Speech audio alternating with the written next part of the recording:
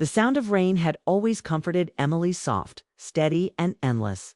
It filled the empty spaces in her small apartment, washing over the silence that had become her closest companion. Most evenings, she sat by the window with a cup of tea, watching drops chase each other down the glass. To anyone passing by, she looked peaceful.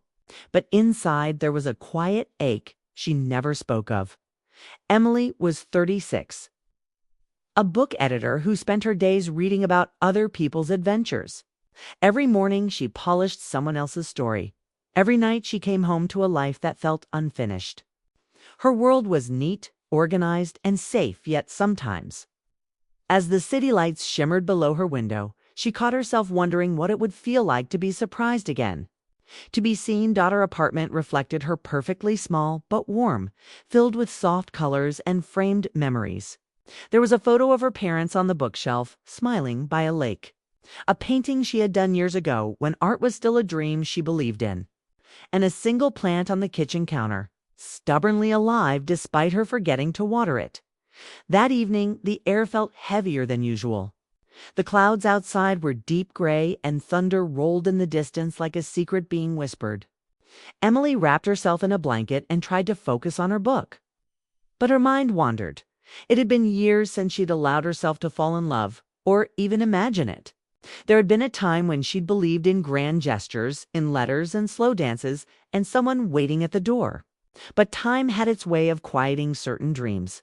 Still, on nights like this, when the rain softened the city's noise, she felt something stir inside her, a longing she couldn't quite name. She set her book down and walked to the window. Across the street stood a tall hotel, its glowing windows forming a pattern against the night. She often looked at it without meaning to, watching people come and go, business travelers, families, couples, sharing quiet laughter in the lobby. She liked to imagine who they were, where they were going, what their stories might be. Tonight, a single light caught her attention. A man stood by one of the windows, staring out at the storm just as she was. She couldn't see his face clearly, but there was something oddly comforting about the shared stillness, two strangers watching the same rain. Separated by glass and distance, Emily smiled faintly, almost embarrassed by her own imagination. "You're inventing stories again," she whispered to herself, turning away. But that small flicker of connection stayed with her, reminder that even in her quiet world, there were lives unfolding nearby, hearts beating just beyond reach. The thunder grew louder, closer. She lit a candle, the flame trembling slightly in the draft. The power flickered once, then steadied. Somewhere above her, she thought she heard the faint sound of dripping water, but she brushed it off. Instead, she let herself drift into her thoughts. She thought about her past, the people she'd loved, the friends who had moved away, the versions of herself she had outgrown. Life had changed slowly, like a river carving new paths over time. Yet deep inside, there was still that young part of her that believed life could surprise her again. Emily sat at her desk and opened her journal. The last entry was from months ago. She had written, "One day something small will happen, and everything will feel different." She smiled softly at the memory. Maybe it was just wishful thinking. The rain began to pour harder now, the kind that drowns out everything else. The sound filled the room like music, steady, cleansing, unstoppable. She closed her eyes and listened, unaware that this night would mark the beginning of something she couldn't predict. In another hour, her ceiling would begin to leak. In another hour, she'd be standing in cold water, laughing in disbelief, holding her favorite books above her head. And by midnight, she'd be walking through the hotel next door, the same one she'd watched from her window countless times, without realizing how much that short walk would change her life. But for now, she simply sat there, surrounded by the warmth of her own quiet world. The candlelight flickered across her face as she whispered softly, "Maybe tomorrow will be different." Outside, the rain answered with a hush, and somewhere across the street, the man by the hotel window turned away from the glass, unaware that the woman watching from across the storm would soon step into his world. It wasn't love yet. It wasn't even fate. It was the quiet before two stories met, and neither would ever be the same again. That night, sleep didn't come easily. Emily lay awake, listening to the storm outside. Every rumble of thunder seemed to stir something in her chest, something that had been quiet for too long. She watched the soft flashes of lightning paint shadows on her ceiling, and thought about how strange it was that a simple evening could suddenly feel so heavy with meaning as the minutes passed. Her thoughts drifted backward, toward a time when everything had felt lighter. Years ago. Before she moved to this city, Emily had lived in a small coastal town where life moved at a slower pace. Back then, she believed in beginnings that came with sunlight and laughter. And it was there that she met Mark. He wasn't the kind of person who stood out at first glance. He was quiet, thoughtful, and had a way of looking at people as if he was really seeing them. Emily had met him at a local bookstore, both of them reaching for the same novel. She remembered their hands brushing and how they had laughed at the coincidence. After that, they saw each other often, sometimes by chance, sometimes because one of them quietly hoped to. They'd meet for coffee, talk about books, dreams, and the strange way time could slip by unnoticed. There was no grand moment, no declaration. Just small things. The way he remembered her favorite tea. The way he'd wait for her to finish a thought before speaking. It was gentle. Almost fragile, the kind of connection that didn't need to be named to feel real. But life, as it often does, had its own rhythm. Mark was offered a job in another city, an opportunity he couldn't refuse. Emily had encouraged him to take it, even though her voice trembled when she said the words. They promised to stay in touch, to visit, to keep their story alive. For a while, they did letters, calls, messages that came at odd hours. Then, slowly, silence grew between them. Not out of anger, not even out of choice, just distance. Time, and the quiet understanding that some things aren't meant to last forever. Still, every now and then a song, a scent, or a rainy night would bring him back to her thoughts. She didn't miss the past itself. She missed who she was when she believed love could be that simple. Emily turned on her side, staring at the small plant on her windowsill. The rain outside had softened now, falling in a slow rhythm. She reached out and touched one of the leaves, smiling faintly. It reminded her of how Mark once told her that she brought life to quiet things. He had said it when she rescued a wilted flower from a trash bin outside the bookstore and nursed it back to health. "It's not about saving it," she had replied. "It's about giving it another chance." That memory lingered, no sweet, distant, and a little sad. She wondered where he was, whether he still read poetry, whether he ever thought of that flower or her. The city outside her window was still wide awake.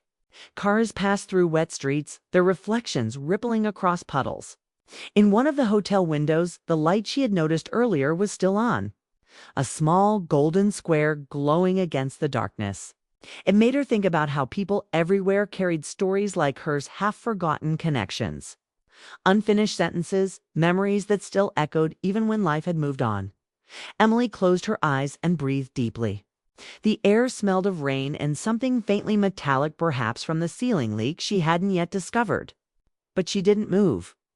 Instead, she let her mind wander through those years, replaying them not as regrets but as quiet reminders of how much she had loved, and how deeply she was still capable of feeling. When she finally drifted into sleep, she dreamt of the sea. The same coastline she had walked along with Mark, the wind tugging at her hair, the horizon stretching endlessly ahead. In her dream, she wasn't sad. She was simply standing there looking out, understanding that every ending carries a whisper of something waiting to begin again. The next morning, sunlight filtered weakly through the clouds. Emily woke with the taste of memory still lingering, soft and bittersweet. She poured herself coffee and stood by the window. The man in the hotel was gone now, his window dark. But the thought of that light, his presence, remained with her, for a reason she couldn't explain. It made her heart feel a little less heavy. She didn't know what was coming or how the day would unfold, but she felt something stir beneath the surface of her quiet. Lifa's small current of change, and though she couldn't name it yet, she felt the faintest echo of hope. The rain had returned by evening, gentle this time, like a rhythm the city already knew. Emily came home from work later than usual, her umbrella dripping as she stepped inside her building. She placed it by the door, sighed, and turned on the lights. That's when she heard it, a slow, steady dripping sound. She followed it into the living room. A dark patch had spread across her ceiling and water was beginning to trickle down onto the rug. Her heart sank. Oh no. She whispered. Within minutes, the leak grew worse. The maintenance crew arrived, apologetic and soaked, shaking their heads. "We'll have to move you out for the night," one of them said. "The whole section's flooding." And just like that, her peaceful evening was gone. By 9 p.m. Emily found herself in the hotel next door, the same one she had often watched from her window. It felt surreal to be inside the building she'd only ever seen from afar. The lobby smelled faintly of coffee and rain, and the soft music playing in the background seemed to match her mood, tired, uncertain but quietly hopeful, at the reception desk. The young woman smiled warmly. "One night, maybe two," Emily said, brushing damp hair from her face. She handed over her ID, signed the form, and reached for her keycard. That's when she heard a familiar voice behind her, calm, deep, and unexpectedly gentle. "Rough night." Emily froze. Slowly, she turned toward the voice. It was Mark. For a moment, neither of them spoke. The sound of rain filled the space between them. Time seemed to fold in on itself, carrying her back to that bookstore, to the seaside town, to everything she had quietly tucked away. "Mark," she said softly, almost to herself. He smiled, the same quiet, thoughtful smile she remembered. "I thought that was you," he said. "It's been, what, 10 years?" Her voice caught slightly. "Almost 11." They both laughed awkwardly but warmly, as if the years had dissolved for a brief moment. The receptionist glanced between them with polite curiosity. "You two know each other?" Emily nodded. "A long time ago." Mark's expression softened. "I work here now," he said. "Well, manage the evening shift." Guess fate wanted to make things interesting. Something in his tone, light but meaningful, made Emily smile. She hadn't expected to see him again, let alone like this, after a flood. In a hotel lobby, with rain painting the glass doors behind them, he gestured toward the cafe in the corner. "Can I offer you a coffee?" "On the house. For old time's sake." Emily hesitated, but her curiosity outweighed her tiredness. "All right," she said quietly. They sat by the window, the world outside blurred by rain. The coffee was warm, the silence gentle. So Mark began, still reading everything before the rest of us get to. Emily laughed. "Still editing stories that end happier than mine?" His smile faded just a little. "You always said you'd write your own one day." "I still say that," she replied softly. For a moment, their eyes met, and in that silence, something unspoken passed between them. Not longing, not regret, just the deep human recognition that comes when two people who once mattered to each other meet again after life has reshaped them. Mark looked down at his cup, then said, "I thought about you sometimes. The bookstore, the sea, that flower you saved. I kept wondering if you ever did what you said, gave something a second chance." Emily smiled faintly. "I tried," she said, "but maybe I stopped before I should have." He nodded slowly. "Life does that. It moves us along and we forget to look back." The storm outside deepened. The lights flickered once, then steadied. Around them, guests came and went, laughter and footsteps blending with the sound of rain. Yet it all felt far away, as if the world had paused just for them. They talked for an hour about work, family, cities that never felt like home. Not everything was said, but enough was. When she finally stood to leave for her room, Mark handed her an umbrella from behind the counter. "In case the ceiling keeps leaking tomorrow," he said lightly. Emily accepted it, smiling. "You always did have good timing." "Or bad," he replied, his eyes kind, as she turned to go. Their hands brushed a small accidental moment that neither of them rushed to explain. She didn't look back right away, but when she did, she saw him watching her, his expression soft and unreadable. Later, in her quiet hotel room, Emily set the umbrella by the door and sat on the edge of the bed. The rain had eased now. She could see her apartment building through the window, dark, empty, waiting Joe. She thought of the years that had passed, of the coincidences that sometimes bring people back together when they least expect it. It wasn't a grand reunion. It wasn't meant to be. But as she lay down and closed her eyes, felt a calm she hadn't felt in years, the kind that comes from knowing that some stories don't end. They simply pause until the time is right to turn the page again.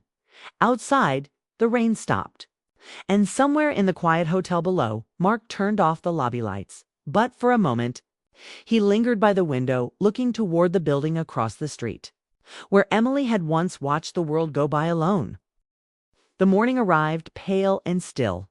The storm had passed, leaving behind streets that shimmered under a gentle sun. Emily woke to the sound of city birds outside her window, a sound she hadn't heard clearly in days. The air smelled of rain and new beginnings. Her apartment was finally repaired, and she was set to move back that afternoon. She packed slowly, folding her clothes with the care of someone who had learned not to rush through small things. The hotel room had been just a temporary refuge, yet it had given her something she hadn't expected: space to breathe, and to remember what it felt like to be open again. As she placed the last of her things into her suitcase, there was a knock at the door. When she opened it, Mark stood there holding 2 coffees. "One last morning delivery," he said with a smile. Emily laughed softly, taking 1 cup. "You always did know when caffeine was needed most." "I learned from the best," he replied. They sat by the window together, watching sunlight glance off the wet pavement. The quiet between them wasn't heavy anymore. It was peaceful, filled with the kind of understanding that comes only when words are no longer necessary. Mark took a slow breath, as if searching for the right place to begin. "You know," he said, "I always thought about that day when I left. I told myself I did the right thing, taking the job, following what seemed practical.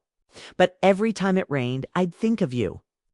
Emily looked at him, surprised by his honesty. "Why rain?" she asked softly. He smiled faintly. "Because you never saw it as something sad. You once said it was how the world starts over." She felt her chest tighten, not from pain but from something gentler, recognition. "I remember that," she whispered. Mark's gaze dropped to his coffee cup. "I didn't reach out because I thought too much time had passed. People change, life moves on. I figured you were probably where you wanted to be." "I was," Emily said, then paused. "But not always in the way I thought I'd be." They both laughed quietly at the truth of it. For a long moment, neither spoke. The city hummed outside, alive again after the storm. Finally, Emily set her cup down.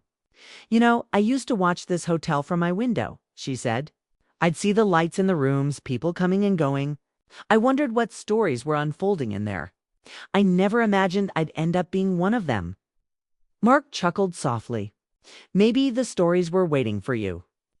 Her eyes lingered on him, older now, calmer, but still carrying that same steadiness she'd always admired. She thought about how life had brought them back together, not with fireworks or fate, but with something simpler: timing, humility, and a bit of rain. Mark looked at her then, directly. "If there's one thing I've learned," he said, "it's that sometimes we don't need to fix the past. We just need to understand it." Emily nodded, feeling her throat tighten with emotion. "And forgive ourselves for not knowing better back then." He smiled. "Exactly." The silence that followed was gentle, filled with the warmth of closure, or maybe the beginning of something new. When it was time to leave, Mark helped her carry her suitcase to the lobby. The air outside was cool, and sunlight broke through the clouds in soft streaks of gold. They stood by the doorway, reluctant but peaceful. "So," she said lightly, "I suppose this is where we say goodbye again." "Maybe," Mark said, looking thoughtful. "Or maybe we just start a new kind of hello." She smiled, touched by the kindness in his tone. "You always did have a way with words," he shrugged. "Maybe I just learned from the editor." They both laughed, and for a moment it felt like no time had passed at all. Before she left, Emily reached out and gently touched his hand, not to hold it, not to linger, but as a simple thank you. For the coffee, she said softly. And the reminder. Mark tilted his head. Of what? That storms aren't always the worst thing that can happen. He smiled, eyes glimmering with something between pride and understanding. Take care, Emily. You too, Mark. She stepped outside, pulling her suitcase behind her. The sunlight felt warmer than it had in weeks. As she walked back toward her apartment, she realized she was smiling for no particular reason, just for the quiet grace of it all. Back home, the ceiling was fixed, the air smelled of fresh paint, and everything was back where it belonged. Yet something inside her had shifted. She placed the umbrella Mark had given her by the window, where it caught the light. Later that evening, as twilight fell, she sat by her window again, the same spot where the story had quietly begun. Across the street, one of the hotel lights flickered on. She didn't know if it was Mark's, but that didn't matter. What mattered was the simple peace that had settled inside her. The understanding that some connections don't need to be defined to be meaningful. In her journal, she wrote one final line before closing it.